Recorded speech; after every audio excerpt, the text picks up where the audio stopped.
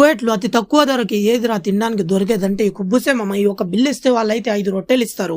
రొట్టెలు అంటే మనలాగా చిన్నగా ఉండవు మామ, చాలా పెద్దగా ఉంటుంది ఒక్కొక్క రొట్టె.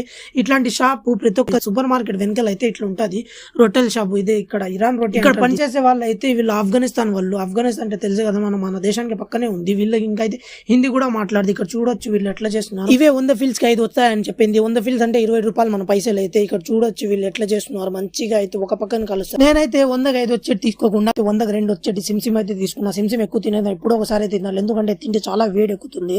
ఈ వేడిలో మళ్ళీ వేడి తింటే మళ్ళీ అంతే మామ, ఊరికని రోగాలు వస్తాయి. ఇంకా దీంతో పాటు తినడానికి అయితే పప్పు, ఆమ్లెట్, పచ్చడి, కాకరకాయ తీసుకొని వచ్చిన. ఇది ఎంత పెద్దగా ఉంది చూడండి మామ. మన ఇండియాలో కూడా ఇంత పెద్దగా అయితే ఇవ్వరు, జస్ట్ 6 రూపాయలకి అయితే. ఇట్లా నలుగురితో కూర్చొని తింటే ఆ మజానే వేరు మామ. ఒక్కడే కూర్చొని తింటే నీకు అంత మజా అనేది ఉండదు. ఇక్కడ చూడొచ్చు ఇతనైతే తమిళనాడు అతను ఉన్నాడు, ఇతను తెలంగాణ, ఇతని నిజామాబాద్. ఇలా నలుగురితో కూర్చొని తినే అదృష్టం అంటే ఈ గల్ఫ్ దేశాల్లో అయితే ఉండదు. వీడియో నచ్చినట్లయితే లైక్ అండ్ సబ్స్క్రైబ్.